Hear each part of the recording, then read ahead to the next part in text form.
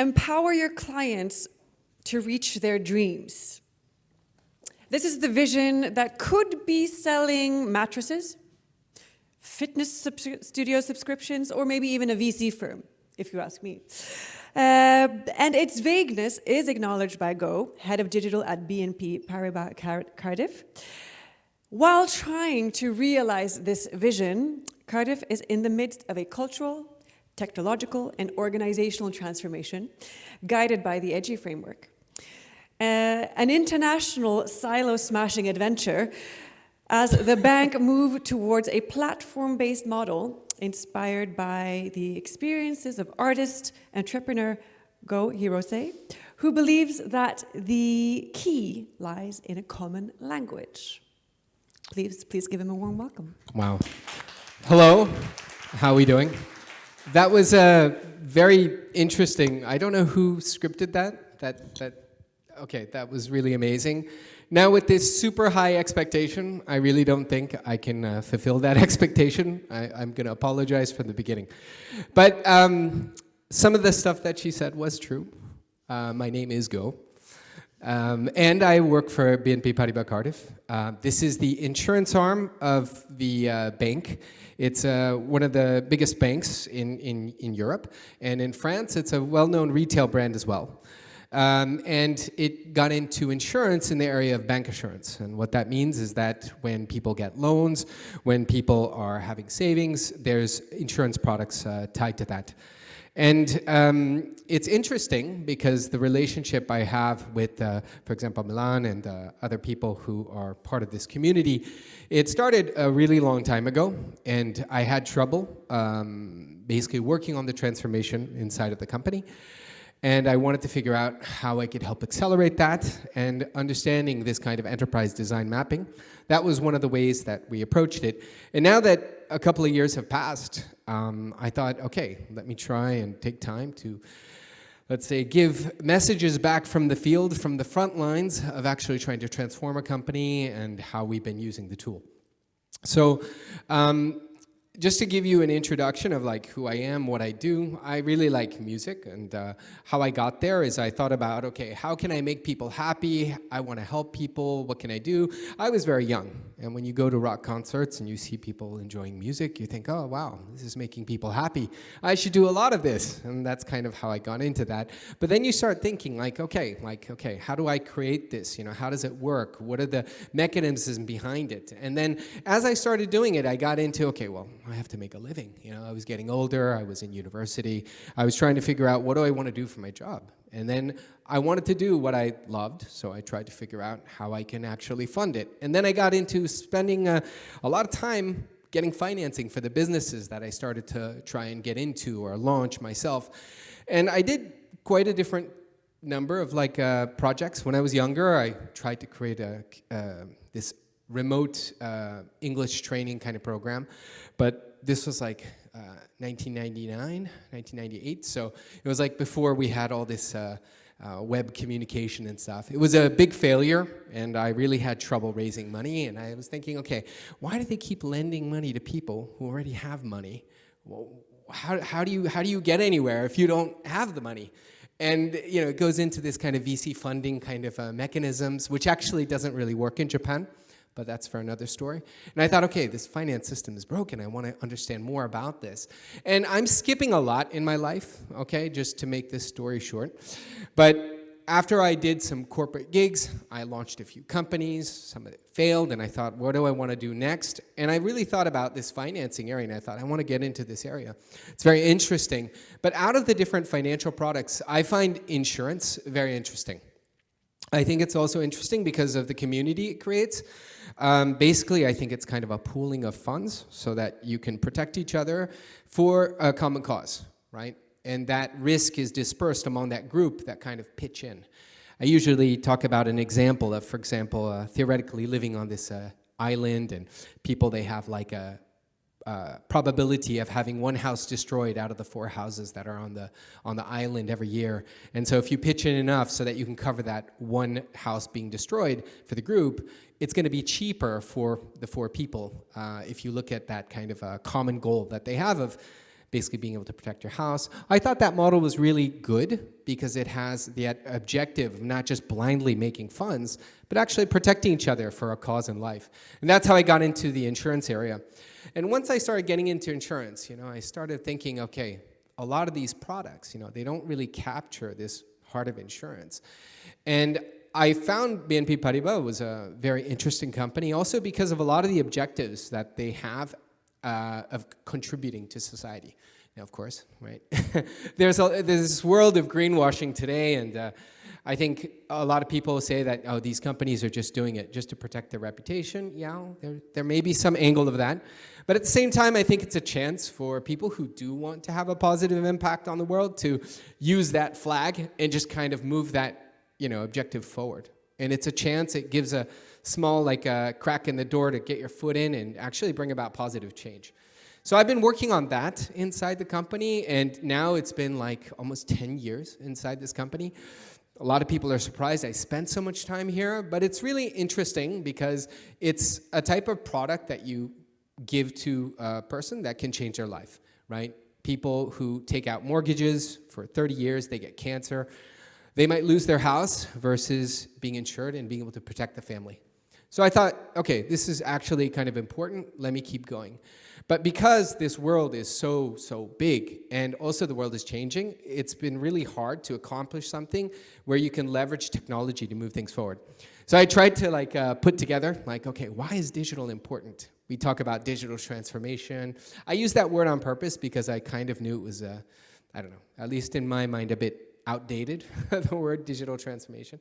I remember back around 2000, 2001, ERP systems, everybody was working on those ERP systems, one of my first IT projects. And we're talking about paperless, right? So for me, digital transformation sounds a little bit like that. It's a little bit outdated. But actually, I think it's very important. And why? I think it's more important today as we can process so much more data. So I thought, okay, it allows us to capture more of this data. And organic data, I was trying to figure out what word I can use. But basically it means that when I'm in front of you and I see you, there's just so much more information to capture. And when we look at things like insurance, where we're trying to calculate the probability of somebody getting cancer, being in a car accident, someone's bridge that they were an architect for, falling, this is probability. And how can you have a more accurate model of that? You need more data. And today, through video, through voice, through whatever metadata that is attached to every single thing we do, for God knows, somebody might be recording what I'm saying, right? And might be used somewhere else. I have no idea. One of your phones might be on. There's so much data. And this is why if you don't enter into this world of being able to capture this data, as an insurance company, you're really going to fall behind. So this is a picture that I thought, wow, if somebody comes to the storefront, there's so much data here, right? If you hear them speaking, even from the voice, you might tell their age, you might tell their male or female, you might know that, okay, maybe the girl's right-handed, okay? Maybe they have a color preference. What about their sight? How old are they going to be? What country are they from? What kind of economy do they live in? Just that one store encounter there's so much data there. And today we have the ability to capture it. But if you are, as a company, are not in a stage to be able to capture that data or leverage that data, you're going to fall behind. And this is why digital transformation was very important. And actually, I think, let's say, the transformation started from a little bit being pushed in that direction. And right now, we're trying to really move that forward. And I'm just going to share how it was possible because of the different things that we learned through the enterprise design mapping and tools like EDGY. So let me give a little bit more context about this company. Sorry, I don't want to sound like I'm advertising the company, but I'm working for the company. I'm proud of the company. So I do want to talk about it in that light. So what does the company do? Where are we? A lot of times we present these numbers. It convinces a lot of our partners who are also about the same size, and they have presence in multiple countries. Volkswagen Group is a good example of one of the partners that's very global, has a big impact. In Latin America, Scotiabank, this is also, I think they have a presence, they're a Canadian company. So they have a big presence in Latin America. Those are the type of partners that we work with. There's a lot of money that moves around, but I'd like to say that what does our company do? We are enabler of dreams. So if we go back to what insurance does, right? We're there to help people be able to buy a house, get a car, change their jobs. They have these things that you want to do in life. And sometimes it gets really risky if you don't have the ability to prepare for that unexpected situation where you might get sick. Like cancer is a good example. We get sick. Nobody plans to get sick. And this enabler of dreams also is kind of a purpose that we slowly kind of got to. And earlier on, and I think Milan and Dennis may remember this because we worked with a project on this, and it was just when we had this new purpose where we're saying, let's make insurance accessible. It's a simple way to put it. It's still in a lot of our kind of slogans of the business that we do, but it's still really focused on let's say, pushing our product. And right now we finally, after doing a lot of transformation, have gotten to a stage where we say, okay, well, what's behind why we want to make insurance accessible? It's because it helps a lot of people, and a lot of people don't realize it. And for better or for worse, sometimes there's great insurance products out there, and I'm sure that some of you might have these products. Some of you may not be aware of this, but there's also very horrible products out there in the world where if you're paying $100 bucks, 90% of that is going to the person that sold it to you. It's not going to actually give you a payout or give you that interest that you're paying. So it is dangerous. So we work at a distance to the end customer, and this is also where a lot of our mapping gets very complicated. We say our business model is B2B2C. Yeah, I think a lot of businesses are like this, right? There's always some end consumer, even if you're supplying like a copper to a generator company or something that has a power plant, goes to the end customer. Of course, everything goes to the end customer, but I think what's unique is kind of perceiving it a little bit like we are part of that company. We're really just a component of the company. And I think insurance in the purest form should be like this, where people who want to sell houses or want to get residential solutions or mobility solutions for the customer, nobody should be trying to sell the insurance itself. It should be empowering, accomplishing something else. So we've really positioned ourselves in this kind of way, embedded into our partners, really serving our partners' proposition. And this is where a lot of the mapping gets complicated, but it also becomes very interesting to work on. And why is also because we have different industries. So I gave the example of Volkswagen Group. This is in mobility, automotive. There's also telecommunications, there's banking. And banking in itself, right? Like unless you're just working on, like as a VC or something, and you work with a lot of funds, you're usually lending money to someone who wants to have a house, or maybe they're trying to start a new startup. So again, you're really in the back of the back. So finance is one of those difficult topics where you have to work with your banking partner and help them understand who is the partner you're serving and what do they want to do. Then it becomes to like a B2B to B2B2C or something like this. It gets more and more complicated, and that's why these activities of trying to figure out, okay, what is the customer journey? That simple question becomes really difficult. And another thing that's really changing our business is our consumers are drastically changing. And some of you may be using digital banks. Some of you may have an insurance quote that you got on your phone or through Facebook, and it was easy to subscribe. And because of that, you stopped using more legacy insurers. That's common. And also the channels that we communicate are also changing. And what's very different for us is our partners' industries are all getting disrupted. So this is just one example with the cars.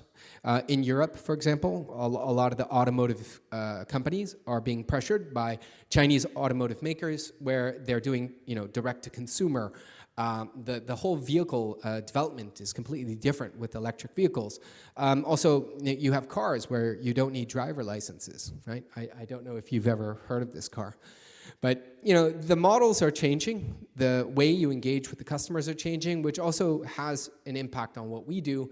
And obviously for finance, for those of you in the industry, that regulation is something that's very big. And what I find is very important here is that I don't think regulation is necessarily bad. right? I think it was created with the spirit of trying to protect the consumer, or maybe protect the economy, or not have like malpractice happen. And I think that's a good thing. But sometimes it can shut you off from that data that I said was very important.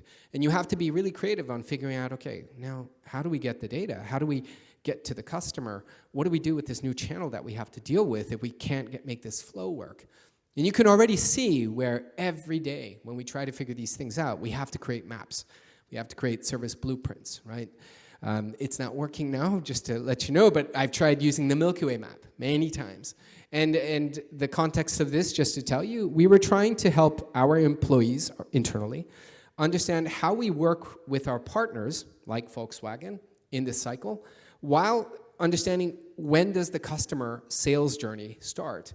When do we get that feedback, and then work together with our partner to refine that customer journey and go back. So the cycle made a lot of sense, but it was something that we had trouble communicating with. Anyway, there's a lot more stuff. I just put random pictures of stuff going on. But, the world is constantly changing. So the ability to capture your situation and have people understand where we are, where we're going was very important. And, oh yeah, we tried a lot of things, okay, which a lot of corporates tried. So maybe if you're consultants, you've talked about doing agile and this, having scrum teams and product management teams, doing design sprints. We work with startups, startup investment. We do all of that. What's important is not to say, okay, this is wrong or this is right. This morning, I thought, oh yeah, this is great, because I feel what Wolfgang in Milan communicated about, okay, let's see how these things can now work together. I think it's an abstraction, kind of a abstraction of how we put components together, our assets together, how we see the tools now kind of working together. And I think all these methodologies that were implemented, they got us to where we are. But I think there's really no cohesion on how they work together or what role they play in this big transformation cycle that companies are going through. So we tried a lot of things, and I think when we started using things related to EDGY, or this kind of mapping between the three lenses that we see, change happened in our company where a lot of departments, they have their own way of mapping things, right? On, let's say, this marketing business side, we had a lot of people writing customer journeys, talking about the path of the customer, and on the IT side, you have a lot of architectural diagrams. It was very hard to bridge the two until we started using these mapping methodologies. And I think one of the biggest impacts that happened was not saying, okay, here's the methodology, but we just came and solved problems. So I just put in a few examples of the problems that we solved. So one of the things that I remember a lot was trying to work on the API design. And so a lot of people, they would go to the IT side and say, okay, APIs, this is a IT subject. IT guys, here's the customer journey, go figure out the APIs. Okay, and they would kind of work in their cave. And there was really no way to bring them together to a workshop. People were afraid it was going to go into chaos. And I said, let me try. And we had predefined components, and we were looking at the main, let's say, components that we would have in the architecture lens and also in the experience lens. And we tried to put those together, and we put it into a service blueprint. And I can't show you exactly what we did because it involves also a lot of partner data and partner information. And here we're trying to work on a direct-to-consumer type of model for automotive, and how can we map together a journey with the assets we have. And we realized the timing that we have, the API interactions, is really tied to, for example, how dealerships engage with their customers. And that mapping, we didn't talk about EDGY or anything. We just went in and we created a visualization of this cross-border world. And just doing that, they thought, oh, okay, this is interesting. And just going there and bringing the people together so that they understood that, okay, maybe API design is something that's related to customer experience. I thought that was very interesting. And also, maybe another point is the partner collaboration. This was something that we also realized using a lot of these diagrams and these mappings that we did. I think, oh, yeah. 5 minutes left. Okay. Let me just kind of go through this. And I thought that was very important. And this second point that I thought was very important, and hopefully I can get feedback from everybody that was here, is just go out and we just did these projects, you know, and we found out, okay, this tool is very good for communicating. Maybe this kind of a Miro or Klaxoon type of big whiteboard. This is also a useful tool to use this mapping methodology. And also, we had a lot of, let's say, deviation, I guess it's a deviation, from what we were taught and trained to do versus what our company liked to do.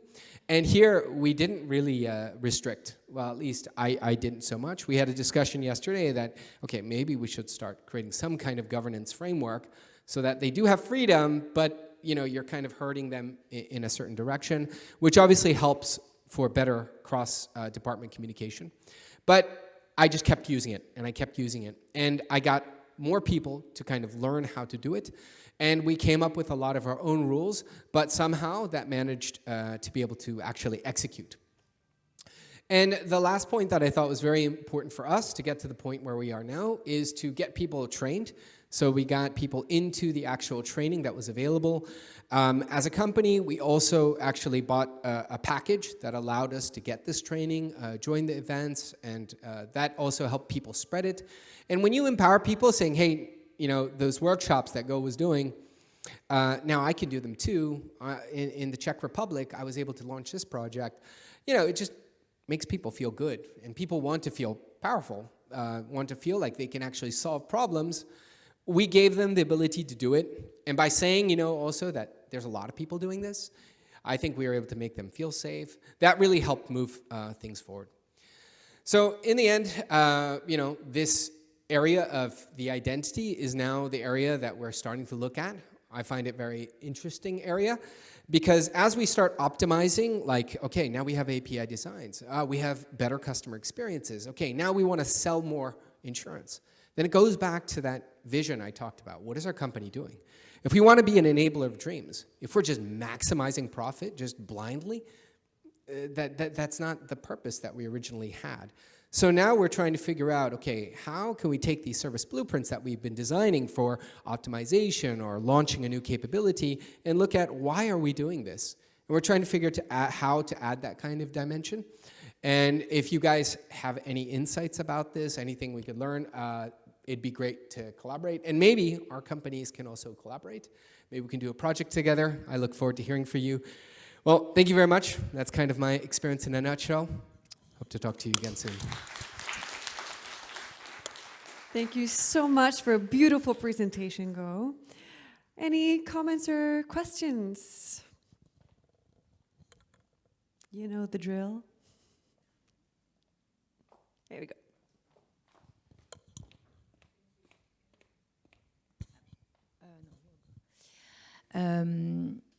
I've got a question. You started your presentation. Oh, first of all, thank you for the presentation. You started it with kind of explaining the purpose of insurance, starting with your life and the purpose for society. And then you jumped to the business, and especially with the cancer case. But in my opinion, well, it's not in my opinion, but you know that there are different ways to protect people, and that's also the politicians' roles and politics in general. So my question is, have you investigated also the link between insurance and politics, or insurance and, let's say, government decision, so that all the progress you're making in your company and like transform everything that you're doing is related also with political decision and globally social improvement in countries. So my question is there a way to make insurance less private and more linked with common good? I don't know if I'm going to be answering that question properly, but if I've understood kind of where you're taking the exploration to, I think many countries have some kind of public scheme to help pay for example, medical coverages. In Japan, also in France, if you have an illness and you're part of that public kind of system, you get a certain percentage of your medical fees covered already. And then insurance, it has to work with that system. It can't be isolated from that system. And I also don't believe in a completely capitalistic system where insurance companies can do what they want and there's no public safety net at all. So yeah, I think regulation, government, these joint things we do as a community has to be part of the system that you're designing. You cannot design any system that's completely detached from something unless you're doing something in, I don't know, Warhammer or some, fantasy world. Sorry, very geeky topic. Some kind of imaginary world completely detached from life. You're always going to go back to a system. I think the fundamental system you connect to is the kind of this physics world, or at least what we know to the level of the microscopic detail, that we can connect to or we can have a common rule set for, is the most low level. And then, there could be abstractions into spiritual levels, right? But everything is connected. I think the better you can map out to these different worlds, I think the better design you're going to have. But again, it goes back to data. You'd have to be able to cycle back into that, know how it's going. How are the finances being managed for these public systems supporting people? I think a lot of public health and support systems have this challenge of, who are the people actually benefiting from it? There are some Nordics companies countries that kind of work like companies that are actually serving a lot of people who are coming in, taking advantage of the system. They're not even from the country, and that the whole public funding comes from taxes being paid by high earners. And is that system working? It should be challenged. Insurance companies should be able to identify that, say, whoa, this is not a good community model. How could this community model work better? And I think that the issue will always go back to working up the value chain into being able to prevent things from happening, being able to anticipate them. And in the insurance model, this comes to how can we help our customers prevent cancer? Because the goal isn't to get cancer and get money, right? It's to be healthy. And then what does it mean to be healthy? What about the mind? And these are the areas that insurance companies are able to explore. And when I was running my startup, I still have startup projects, but when you're in the startup, you're thinking about how can I pay my salaries next month? You're not thinking about how can I make society better, right? I'm just thinking about, I'm going to negotiate with the landlord to delay the rent, Versus now I can take time to come here, talk about the purpose of insurance. And I think that role of insurance companies is going to be really key for this societal impact in the coming years. I think they have the capacity, also because of the insurance model, right? Where you look at long-term investments, and customers also, with, for example, savings products, make a long-term commitment, which allows for us to have a buffer to invest in that purpose. So, sorry, that was a long-winded answer. Yes, because the question is deep also. Let me just put a comment. I think I'm not quite, I not completely agree with your answer, and I think we need to work on more innovative way to answer this question. Great. I love some positive friction. Here we go. Thank you. May I ask you, please, could you elaborate a bit more on the third point? Regarding the empowerment, I probably missed the point where the people empowered by having a training in EDGY and being able to apply it, or different kind of empowerment was there? Yeah, maybe one thing that really helped us that I kind of blew over, because this is a short presentation, and if you want, we can definitely take time more to talk about it. But simply put, we used our intranet tools that we could share with everybody. And getting rid of the friction to use these tools was very important. So we used a combination of SharePoint and Draw.io, and we also had a Confluence that we used to help people kind of get access to the information and not have to take like this long course, but get access to some videos. So I actually put together some of the videos that are up by the Intersection group and put the links on these pages. And because I knew they couldn't access from their PCs because we block YouTube, that they can go from their phones. So I thought of the user experience at that level just so that people can get access. And I think that really practical level of doing stuff helps people you know, kind of equip themselves, especially those who are motivated. Just getting stuff out of the way for them, it helps them a lot to try and use the tools. Wonderful. Well, then I say thank you again for a beautiful presentation, Go. Big round of applause.